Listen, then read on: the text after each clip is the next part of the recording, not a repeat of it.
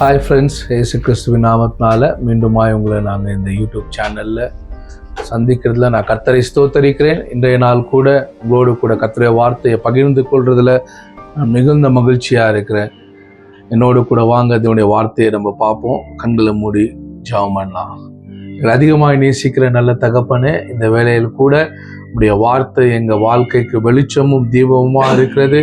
இந்த வார்த்தையினால எங்கள் வாழ்க்கையில் இருக்கிறதான அநேக இருளடைந்த அந்த காரியங்களை கத்து நீர் விடுதலையாக்கி வெளிச்சமாக்குவீராக. இந்த வார்த்தை எங்க ஆண்டவரே வாழ்க்கைக்கு பிரகாசத்தையும் வழியையும் ஞானத்தையும் கர்த்தாவே தருகிறதுக்காக நன்றி. கர்த்தர் தாம் இந்த வார்த்தையை கொண்டு எங்களோடு பேசுங்க. இயேசுவின் நாமத்தில் ஜெபிக்கிற நல்ல பிதாவே, ஆமென்.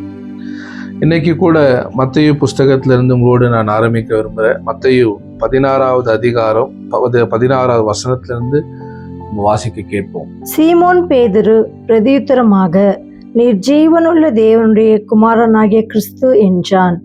இயேசு அவனை நோக்கி, யோனாவின் குமாரனாகிய சீமோனே, நீ பாக்கியவான். மாம்சமும் இரத்தமும் இதை உனக்கு வெளிப்படுத்தவில்லை, பரலோகத்தில் இருக்கிற என் பிதா இதை உனக்கு வெளிப்படுத்தினார். மேலும் நான் உனக்கு சொல்கிறேன், நீ பேதுருவாய் இருக்கிறாய். இந்த கல்லின் மேல் என் சபையை கட்டுவேன், பாதாளத்தின் வாசல்கள் அதை மேற்கொள்வதில்லை.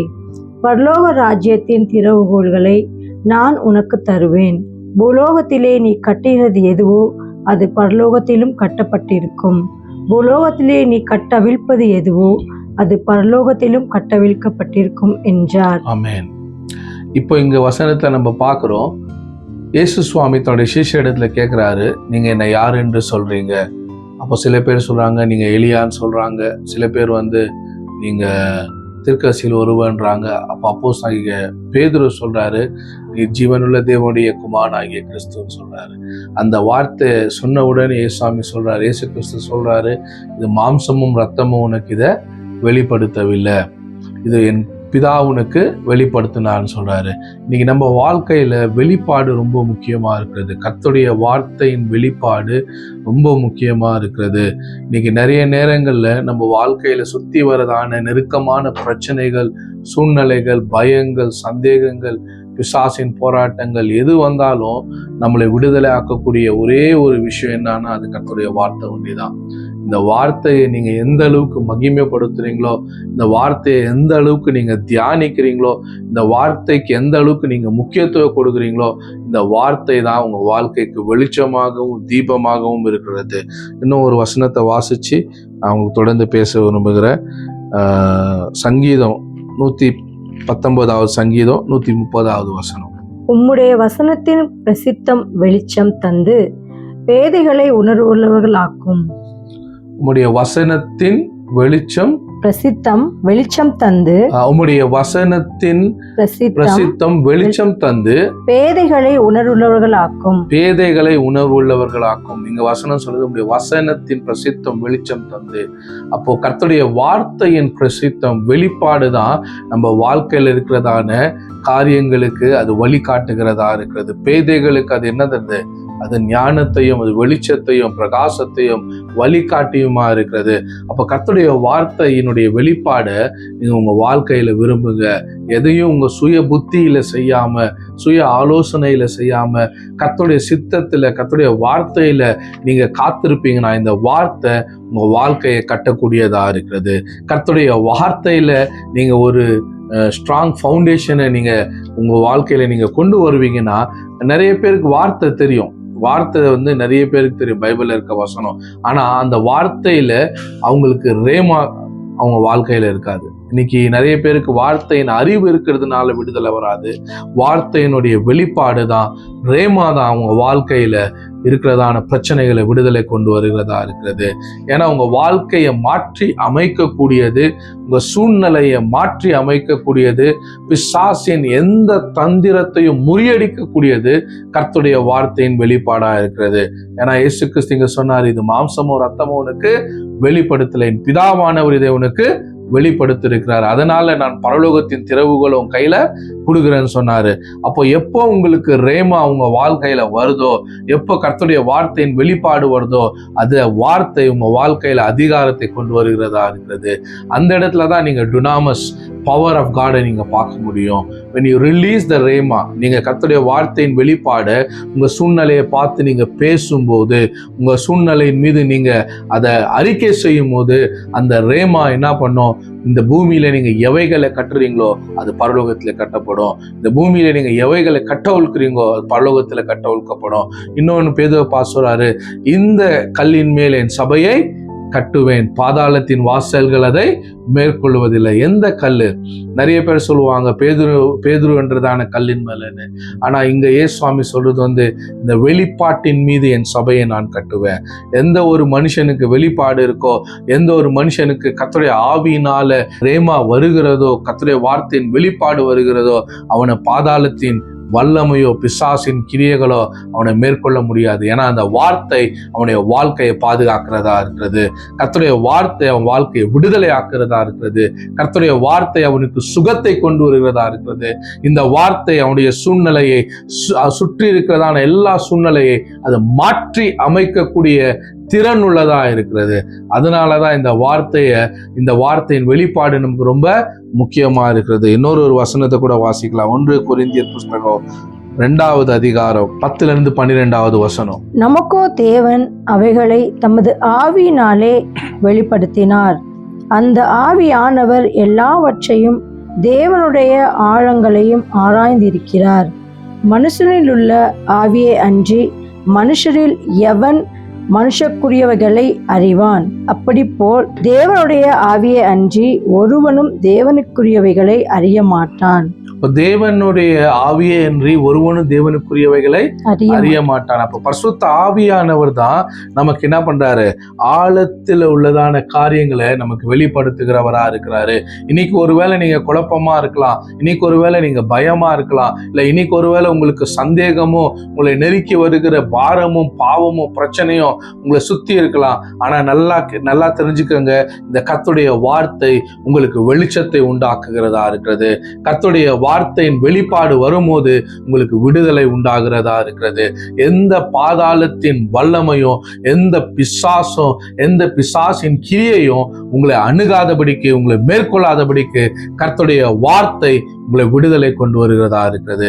இன்னைக்கு நம்முடைய எக்ஸ்பீரியன்ஸ் மாறலாம். சில நேரம் நம்முடைய அனுபவங்கள், அனுபவ சாட்சிகள் எது வேணா நம்மளை சுத்தி மாறலாம். ஆனா கர்த்தருடைய வார்த்தை என்றைக்கும் மாறாததா இருக்கிறது. வானமும் பூமியும் ஒளிந்து போனாலும் என்னுடைய வார்த்தை ஒன்றும் மாறாதுன்னு ஆண்டவர் சொல்லி இருக்கிறாரு. அப்ப இந்த வார்த்தைய குறித்ததான வெளிப்பாடை நீங்க பரிசுத்த ஆவியினிடத்துல கேட்க வேண்டியதா இருக்கிறது. ஆண்டவரே, இந்த பிரச்சனையில, இந்த சூழ்நிலையில, இந்த இடத்துல நான் என்ன செய்யணும்? என்னுடைய மாம்சத்தின்படி நான் நடக்காமல் பரிசுத்த ஆவியினால நான் தீர்மானங்களை எடுக்க வேண்டும். எனக்குள்ள இருக்கிற பரிசுத்த ஆவியானவரை நீங்க எனக்கு உதவி செய்யுங்க, என்னோடு பேசுங்க, இந்த வார்த்தையில என்னோடு கூட இடைபெறுங்க. நீங்க சொல்லும் போது இந்த வார்த்தை லோகோஸா இருக்கிற எழுதப்பட்ட இந்த வார்த்தை உங்க வாழ்க்கையில பேசப்படுகிற வார்த்தையாய், அது ரேமாவாய் பரிசுத்த ஆவியானவர் உங்களுக்கு கொண்டு வருகிறவரா இருக்கிறாரு. ஆழத்தில் உள்ளதான காரியங்களை, மறைப்பொருளை கர்த்தர் உங்களுக்கு வெளிப்படுத்துகிறவரா இருக்கிறாரு. எங்க வெளிப்பாடு இருக்கோ அந்த இடத்துல பிசாசு ஜெயிக்கவே முடியாது. அல்லேலூயா. நான் உங்களுக்கு ஸ்ட்ராங்கா சொல்ல முடியும், கர்த்தருடைய வார்த்தையின் வெளிப்பாடின் மேல நிற்கிற மனுஷன், அவன் என்ன பிரச்சனையில இருந்தாலும் அந்த வார்த்தை அவனை சுமக்கிறதா இருக்கிறது, அவனை பாதுகாக்கிறதா இருக்கிறது. அவனை சுற்றிலும் அந்த வார்த்தை ஒரு பெரிய மதிலாய் அவனுக்கு அதை ப்ரொடெக்ட் பண்ணுகிறதா இருக்கிறது. அதனால இன்னைக்கு இந்த வார்த்தைய நீங்க என்ன பண்ணுங்க? மகிமைப்படுத்துங்க. ஏன்னா பைபிள் சொல்லுது, அவர் எல்லாவற்றுக்கும் மேலாக தன்னுடைய வார்த்தையை மகிமைப்படுத்தி வைத்திருக்கிறாருன்னு. ஆண்டவர் இந்த பூமியில ஏதாவது ஒண்ணு அவர் செய்யறாருன்னா அவருடைய வார்த்தையை கொண்டுதான் செய்யறாரு. அவருடைய சத்தியம் நீங்க அறியும் போது இந்த சத்தியம் உங்களை விடுதலை ஆக்குகிறது என்று வேதம் சொல்லுகிறது. அப்ப எந்த அளவுக்கு நீங்க இயேசுவோடு கூட உங்க நேரத்தை செலவிடுறீங்களோ, வசனத்தோடு கூட உங்க நேரத்தை செலவிடுறீங்களோ, இந்த வசனம் உங்களுடைய பேதைகளுக்கு அது ஞானத்தை கொடுக்கிறதா இருக்கிறது. புத்தி இல்லாதவனுக்கு அது புத்தியை கொடுக்கிறதா இருக்கிறது. ஒருவேளை உங்க குடும்பத்தை நடத்த தெரியாம இருக்கலாம், உங்க பிள்ளைகளை வளர்க்க தெரியாம இருக்கலாம், உங்க பிசினஸ் எப்படி நீங்க கொண்டு போவதுன்னு தெரியாம இருக்கலாம். ஆனா நீங்க தேவனோடு கூட, கர்த்தருடைய வார்த்தையோடு கூட நீங்க நேரத்தை செலவழித்து பாருங்க, உங்க வாழ்க்கையில கர்த்தருடைய ஞானம் பெருகுகிறதா இருக்கிறது.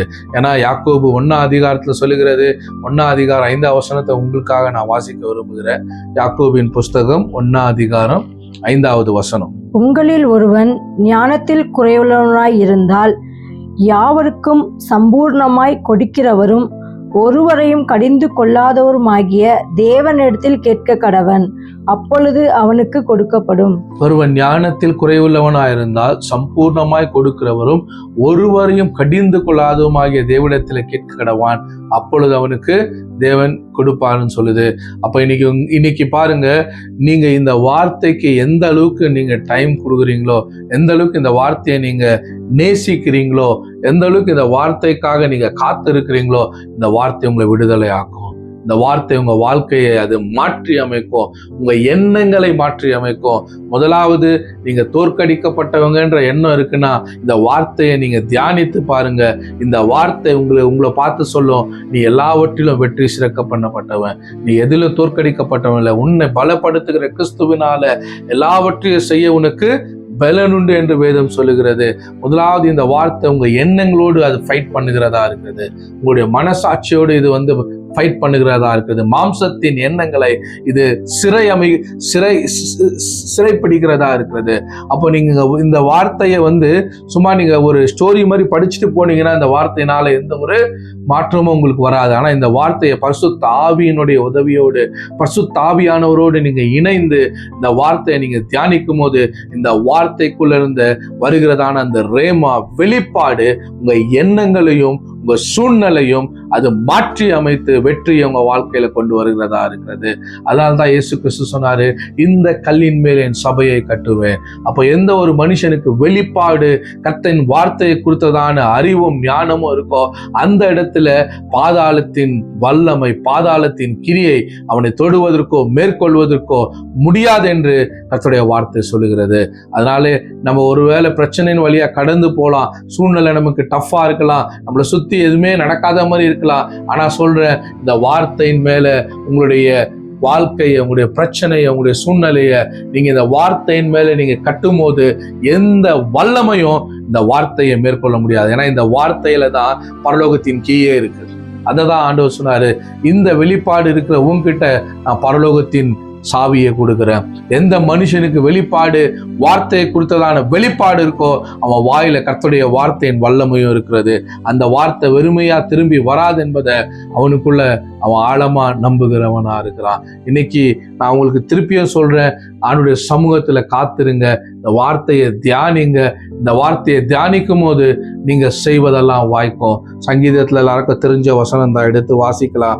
1வது சங்கீதம் 1-4 வரைக்கும் கூட வாசிக்கலாம். துன்மார்க்கருடைய ஆலோசனையில் நடவாமலும் பாவிகளுடைய வழியில் நில்லாமலும் பரியாசக்காரர் உட்காரும் இடத்தில் உட்காராமலும் கர்த்தருடைய வேதத்தில் பிரியமாயிருந்து இரவும் பகலும் அவருடைய வேதத்தில் தியானமாய் இருக்கிற மனுஷன் பாக்கியவான். அவன் நீர்க்கால்களின் ஓரமாய் நடப்பட்டு தன் காலத்தில் தன் கனியை தந்து இலையுதிராது இருக்கிற மரத்தை போல் இருப்பான். அவன் செய்வதெல்லாம் வாய்க்கும். நான் சொல்றேன், சில நேரம் நமக்கு பிசாசு சொல்லுவான், நீ என்ன செஞ்சாலும் வாய்க்காது, நீ என்ன போராடினாலும் நடக்காது, நீ என்ன யோசிச்சாலும் அது எல்லாமே உனக்கு ஆப்போசிட்டா தான் வரும்னு நம்ம எண்ணங்கள், பிசாசு அவன் நம்மளோடு கூட பேசலாம். ஆனா வசனம் சொல்லுது, நீ நீர்க்கால்களின் ஓரமாய் நடப்பட்டு தன் காலத்தில் தன் கனியை தந்து இலையுதிராது இருக்கிற மரத்தை போல் இருப்பான். அவன் செய்வதெல்லாம் வாய்க்கும். முதலாவது நீங்க நம்பணும், நீங்க செய்யறத கர்த்தர் வாய்க்க செய்திருக்கிறாரு. முதலாவது நீங்க நம்பணும், நீ செய்ய போறத கர்த்தர் பல மடங்கு பிளஸ் பண்ணி இருக்கிறாரு. இனிமே பிளஸ் பண்றது அவர் பிளஸ் பண்ணிட்டாரு. நீ பழுகி பெருகி பூமியை நிரப்புவாயாகன்னு சொல்லி எப்போ ஆதாம பிளஸ் பண்ணாரோ, அந்த இடத்துல எந்த ஒரு டிமாண்டுமே இல்லாம ஆண்டவர் பிளஸ் பண்ணாரு. முதல் மனுஷியை சிருஷ்டிக்கும் போது நிறைய பேர் நீ எனக்கு இதை செஞ்சா நான் உனக்கு அதை செய்வேன் அப்படிப்பட்ட எண்ணத்துல தான் நன்மையை என்ன பண்ணுவாங்க, ஷேர் பண்ணிக்குவாங்க. நீ எனக்கு ஒரு நன்மை செஞ்சா நான் உனக்கு 2 நன்மையை செய்வேன். ஆனா நம்ம ஆண்டவர் எதையும் எதிர்பார்த்து பிளஸ் பண்றவர் இல்லை. அவர் நம்ம கிட்ட எதையும் எதிர்பார்த்து நம்மளை ஆசீர்வதிக்கிற கடவுள் இல்லை. அவர் எதிர்பார்க்கறது ஒண்ணுதான், உங்களுடைய இருதயம். உங்க இருதயத்துல இருந்து நீங்க அவரை நேசிக்கிற உங்க நேசம் மாத்திரம்தான், அதை மாத்திரம்தான் அவர் இங்க எதிர்பார்க்கிறார். சில நேரம் நம்மளே அவரை நேசிக்கலனாலும் கூட அவர் மாறாதவரா இருக்கிறார், அவருடைய அன்பு மாறாததா இருக்கிறது. அப்போ ஆதாமியும் ஏவாளையும் ஆண்டவர் சிருஷ்டித்த உடனே கட்டளையை கொடுக்கல, நீங்க இதை செய்யுங்க அதை செய்யுங்கன்னு. அவர் சொன்ன முதல் வார்த்தை ஒண்ணுதான், நீங்க அவர்களை ஆசீர்வதித்து நீ பலுகி பெருகி பூமியை நிரப்புவாயாக என்று சொன்னாரு. அப்போ ஆண்டவருடைய ஹார்ட் டிசையரை அவருடைய பிள்ளைகள் பிளஸ்ஸிங்கா இருக்கணும், அவருடைய பிள்ளைகள் ஆசீர்வாதமா இருக்கணும், வாழ்ந்து சுகமா இருக்கணும்ன்றது தான் நம்ம தகப்பனுடைய இருதயமா இருக்கிறது. சில நேரம் நம்ம சுகமாய் வாழ்ந்து ஆஸ்வாதமா இல்லாதபடிக்கு பிசாசு என்ன பண்றான், நம்ம சிந்தையில அரண்களை, நம்ம வாழ்க்கையில பிரச்சனைகளை, நம்மளை சுற்றி நெருக்குகிற பாவங்களை அவன் கொண்டு வருகிறவனா இருக்கிறான். அந்த நேரத்துல தான் இந்த வார்த்தை நம்மளை விடுதலை ஆக்குறதா இருக்கிறது. இந்த வார்த்தையை பிடித்து கொள்ளுங்க, அவருடைய வாக்கு தத்தங்களை பிடித்து கொள்ளுங்க. நிறைய நேரங்கள்ல நம்மளுக்கு என்ன நடக்காதோ அதை தான் பேசிட்டு இருப்போம். ஆண்டவர் எது நடக்கும் சொன்னாரோ அதை வாயை திறந்து சொல்லவே மாட்டோம். ஆண்டவர் எதை செய்வன்னு சொன்னாரோ அதை பேசவே மாட்டோம். ஆண்டவர் எது முடிஞ்சுதுன்னு சொன்னாரோ அதை தான் இன்னும் நம்ம மலையை போல பார்த்துன்னு இருப்போம். எல்லாமே ஆண்டவர் வாய்க்கும்னு சொல்லி இருக்கிறாரு, எல்லாமே நன்மையா ஆகும்னு சொல்லி இருக்கிறாரு, எல்லாத்துலயும் நீ சிறந்தவன் சொல்லி இருக்கிறாரு, நான் உன்னை அழகா சிருஷ்டித்திருக்கேன்னு சொல்லி இருக்கிறாரு. ஆனா நம்ம எப்பயுமே நம்மளை பார்க்கும்போது ஆப்போசிட்டா தான் பிசாசு பார்க்க வைப்பான். நம்ம எண்ணங்களும் நம்மளை ஆப்போசிட்டா தான் பார்க்க வைக்கும். ஆனா இன்னைக்கு உங்களை பார்த்து சொல்றேன், கர்த்தர் உங்க வாழ்க்கைய அவர் ஆஸ்வதிக்கிறாரு. நீ ஆஸ்வாதமா இருக்கிறாய், நீ செய்வதெல்லாம் வாய்க்கும். அதனால நீ நீர்க்கால்களின் ஓரமாய் நடப்பட்டு தன் காலத்தில் தன் கனியை தருகிற மரத்தை போல் இருப்பாய். அப்போ எப்படி நீங்க அப்படி செய்ய முடியும்? இரவும் பகலுடைய வேதத்தில் தியானமா இருக்கிற மனுஷன் பாக்கியவான். அதை உங்களுக்குள்ள ப்ரொடியூஸ் பண்ற சீடு என்ன தெரியுங்களா? விட்டமின் என்ன தெரியுமா? கர்த்தருடைய வார்த்தை தான். உங்களுக்கு அந்த புஷ்டியையும் அந்த ஆரோக்கியத்தையும் அந்த பலனையும் உங்களை செழிக்க பண்ணுகிற ஒரு புஷ்டி என்ன தெரியுமா? அது கர்த்தருடைய வார்த்தை தாங்க. இந்த வார்த்தையின் ரகசியத்தை வெளிப்பாட பரிசுத்த ஆவியினால பெற்றுக்கொள்ளுங்களேன். இந்த பூமியில உங்களை வென்றவன் ஒருவனும் கிடையாது. ஏன்னா இந்த வார்த்தைக்கு இந்த பூமியில எதிர்த்து நிற்கிறவன் ஒருவனும் கிடையாது. இந்த வார்த்தையை நீங்க தியானம் பண்ணுங்க, இதை பேசுங்க. இதுல என்ன சொல்லுதோ அதுதான் நீங்க. இதுக்கு ஆப்போசிட்டா என்ன வருதோ அதை ஏற்றுக்கொள்ளாதீங்க, அதை அனுமதிக்காதீங்க, அதை ரிஜெக்ட் பண்ணுங்க. உங்களுக்குரியது இல்லைன்னு தெரிஞ்சிச்சுன்னா அதை நீங்க என்கரேஜ் பண்ணவே பண்ணாதீங்க. அது உங்களுடைய ஃபைனான்ஸாக இருக்கட்டும், உங்களுடைய ஹெல்த்தாக இருக்கட்டும், உங்களுடைய ரிலேஷன்ஷிப்பாக இருக்கட்டும், உங்களுக்குரியது எதுவாக இருந்தாலும் நான் சொல்றேன், வெளிப்பாடு நீங்க பெற்றுக்கொள்ளும் போது இந்த வெளிப்பாடு பாதாளத்தின் வல்லமையை அது தோற்கடிக்கிறதா இருக்கிறது. உங்க வாழ்க்கையை அது வெற்றி சிறக்க பண்ணுகிறதா இருக்கிறது. இன்னொரு வசனத்தை கூட வாசிக்கலாம். யோசுவாவின் புஸ்தகம் 1ஆம் அதிகாரம் 5ஆம் வசனம். நீ உயிரோடு இருக்கும் நாளெல்லாம் ஒருவனும் உனக்கு முன்பாக எதிர்த்து நிற்பதில்லை. நான் மோசையோட இருந்தது போல உன்னோடும் இருப்பேன். நான் உன்னை விட்டு விலகுவதும் இல்லை, உன்னை கைவிடுவதும் இல்லை. 6ஆம் வசனம் கூட வாசிங்க. பலன் கொண்டு திடமானதாயிரு. இந்த ஜனத்தின் பிதாக்களுக்கு நான் கொடுப்பேன் என்று ஆணையிட்ட தேசத்தை நீ இவர்களுக்கு பங்கிடுவாய். 9ஆவது வசனம் வாசிங்க. நான் உனக்கு கட்டளையிடவில்லையா? பலன் கொண்டு திடமானதாயிரு, திகையாதே, கலங்காதே. நீ போகும் இடமெல்லாம் உன் தேவனாகிய கர்த்தர் உன்னோட இருக்கிறார் என்றார். இங்க எல்லா இந்த நம்ம வாசிச்ச யோசுவாவின் 1ஆம் அதிகாரத்துல இருக்க இந்த எல்லா வசனமும் ஏன் ஆண்டவர் மீண்டும் மீண்டும் இந்த யோசுவாக்கு சொல்றாருன்னா, அவருக்குள்ள ஒரு பயம், அவருடைய லீடர்ஷிப்பை கொடுத்ததான ஒரு பயம். நெக்ஸ்ட் நான் என்ன செய்ய போறேன்? அப்போ கர்த்தர் சொல்றாரு, நான் உன்னை விட்டு விலகுவதும் இல்லை, உன்னை நான் கைவிடுவதும் இல்லைன்னு சொல்லிட்டு 8ஆம் வசனத்துல தான் அவருக்கான பூஸ்ட் அவர் கொடுக்குறாரு. 8ஆம் வசனத்தை வாசிங்க. இந்த நியாயப்பிரமாண புஸ்தகம் உன் வாயை விட்டு பிரியாதிருப்பதாக. ஆண்டவர் யெஷுவாவை பயப்படாத, கலங்காத, நான் கூட தான் இருக்கிறேன் எல்லாம் சொல்லிட்டு 8ஆம் வசனம் சொல்றாரு, இந்த வசனம் உன் வாயை விட்டு பிரியாதிருப்பதாக. இதில் எழுதி இருக்கிறவைகளின் படியெல்லாம் நீ செய்ய கவனமாய் இருக்கும்படி இரவும் பகலும் அதை தியானித்து கொண்டிருப்பாயாக. இரவும் பகலும் இதை என்ன பண்ணு? தியானித்து கொண்டிருப்பாயாக. அப்பொழுது நீ உன் வழியை வாய்க்க பண்ணுவாய். இந்த வசனம் எப்போ நம்ம தியானிக்கிறோமோ, எப்போ நம்ம நேசிக்கிறோமோ, எப்போ இந்த வசனத்தின் வெளிப்பாடை நம்ம வாழ்க்கையில நம்ம சுதந்திரிக்கிறோமோ, இந்த ப்ராமிசஸ்லாம் எனக்குரியது என்று இந்த வசனத்தின்படியே ஒரு கண்ணாடி முன்னால் எப்படி நீங்க உங்க முகத்தை பாக்குறீங்களோ, அப்படி இந்த வசனம் உங்களுக்கு கொடுத்து என்ன சொல்லியிருக்கோ இதுதான் நானு நீங்க பார்க்க ஆரம்பிக்கும் போது இந்த வசனம் உங்க வாழ்க்கையில செழிப்பை கொண்டு வருகிறதா இருக்கிறது.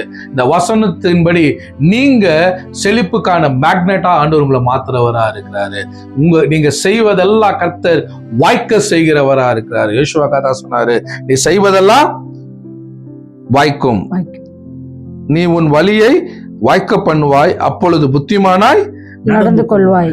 2 விஷயத்தை ஆண்டவர் சொல்றாரு. ஒண்ணு வந்து என்ன, உன் வழியை வாய்க்க பண்ணுவாய். கர்த்தருடைய வார்த்தைய எப்போ ஒரு மனுஷன் அதிகமா நேசிச்சு அதிகமா அதுக்கு டைம் கொடுத்து பரிசுத்த ஆவியினால் அவன் நடத்தப்பட்டு மாம்ச ஆலோசனையில நடவாம சுய புத்தியை சாயாம கர்த்தருடைய வார்த்தையின் வெளிப்பாடின் மீது தன்னுடைய தீர்மானங்களை, தன்னுடைய எண்ணங்களை, தன்னுடைய வாழ்க்கையை அமைத்து கொள்கிறானோ அவன் செய்வதெல்லாம் கர்த்தர் வாய்க்க பண்ணுகிறவரா இருக்கிறாரு.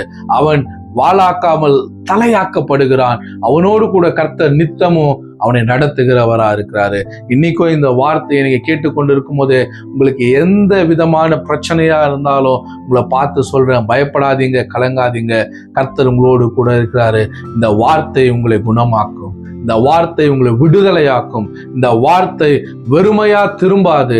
ஆண்டவர் சொன்னாரு, ஆண்டவர் கிட்ட ஒருத்தன் வந்து சொன்னா, ஆண்டவரே நீங்க ஒரு வார்த்தை சொன்னா போதும், என்னுடைய வேலைக்கார சுஸ்தமாவான். அப்ப இயேசு சுவாமி வந்து ஆச்சரியப்பட்டார்.